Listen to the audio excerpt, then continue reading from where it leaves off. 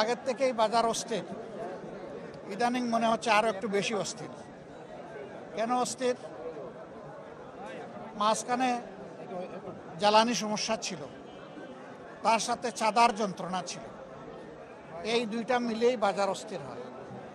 এটাও আমরা জানি যে ঘাটে ঘাটে সিন্ডিকেট, এটাও আমরা জানি এই যে একটা বিশাল আড়ত মার্কেট আছে, এখানে যে দোকানগুলো আছে, দোকানগুলা স্বস্তিদায়কভাবে যারা ব্যবসা করে তারা পায় না।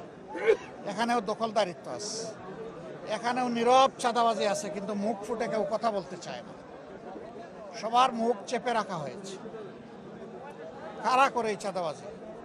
আফ্রিকার জঙ্গল থেকে এসে কেউ করে না, এখানেই আমাদের সাথে চলাফেরা করে, উঠা বসা করে, বসবাস করে এই লোকেরা এইগুলা করে। তাদের পরিচয় আমরা সবাই জানি। বিগত সংসদের শেষ অধিবেশনের শেষ দিবসে আপনারা শুনেছেন, আমি পরিষ্কার বলেছি যে সংসদের 300 জন সদস্য যদি সিদ্ধান্ত নেয় যে বাংলাদেশে চাঁদাবাজি হবে না, তাহলে কেউ করার সাহস পাবে না। কিন্তু এরাই যদি আশ্রয় প্রশ্রয় দেয়, তাহলে চাঁদাবাজি বন্ধ করা অসম্ভব। আমরা চাই চাঁদাবাজিটা বন্ধ হোক।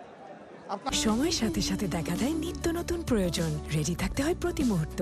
তাই এলো ইনোভার, যেন আপনি লাইফে থাকেন রেডি প্রতিদিন। Innova, designed for now. আপনারা চান কিনা সবাই? কারণ সাংবাদিক হই, ব্যবসায়ী হই, ভোক্তা হই, সাধারণ নাগরিক হই, আমাদেরকে তো বাজারে আসতে হয় পণ্য কেনার জন্য। আমি না হয় একটা পণ্যের ব্যবসা করি, কিন্তু আরও 100টা পণ্য যে আমার কিনা লাগে, ওখানে গিয়ে তো আমাকে বিড়ম্বনার শিকার হতে হয়।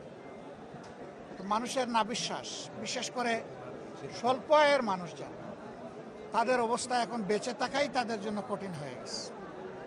আমাদের নাগরিক দায়িত্ব, জনগণ আমাদেরকে ভোট দিয়েছে, এখানে এই আসনের এমপি সাহেবও আছেন, আমি আছি, আমাদের ঢাকা মহানগরী উত্তরের আমির সেলিমউদ্দিন সাহেব আছেন, আমাদের নির্বাহী পরিষদের সদস্য জনাব মোবারক হোসেন সহ আরও অনেকেই আছে।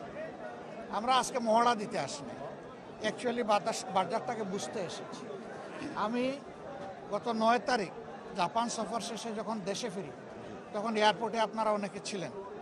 সেখানে একজন বন্ধু প্রশ্ন করেছিলেন, সাংবাদিক বন্ধু, যে বাজার অস্থির, মানুষের জীবন এখন অতিষ্ঠ হয়ে উঠেছে, আপনারা এই ব্যাপারে কি করবেন, কি বলবেন?